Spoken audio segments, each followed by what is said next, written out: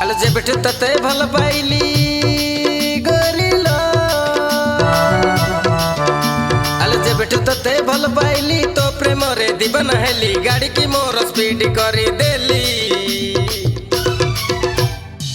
तो पछे गोड़े गोड़े मौली आलो कॉलेज वाली तो पछे गोड़े गोड़े मौली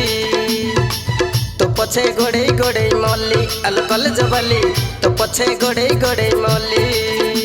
आलो जेबेठु तते भल पाइली गोरिलो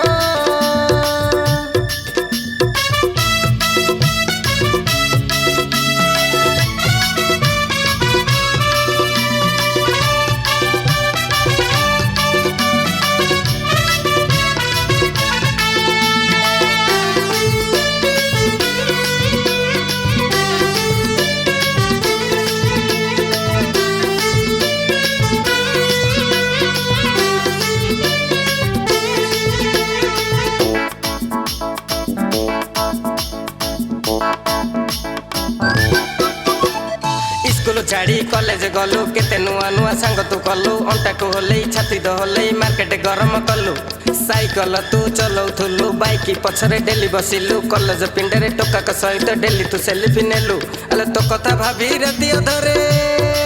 गोरिलो अले तो कथा भाभी राती अधरे तकिया कामुड़ी देली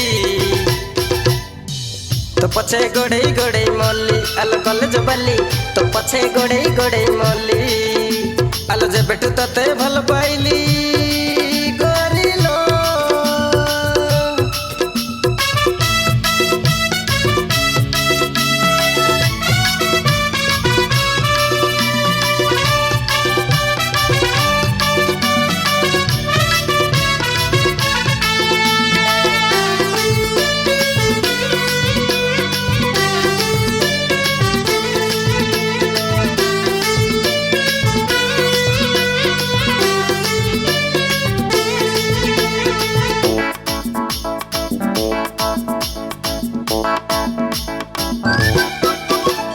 बापा तो पाई बर खोजिला बाहा दब बोली कथा से देला बाहागर डेट फाइनल हैला बसी तू दिन गणिलु सांगक सह बजार गलु बाहागर पाई शॉपिंग कलु जिए हेब तोर नुआ रमियो ता साथे चैटिंग कलु आलो बारे गली मद पीली गोरिलो आलो बारे गली मद पीली तो पाई मदुआ हेली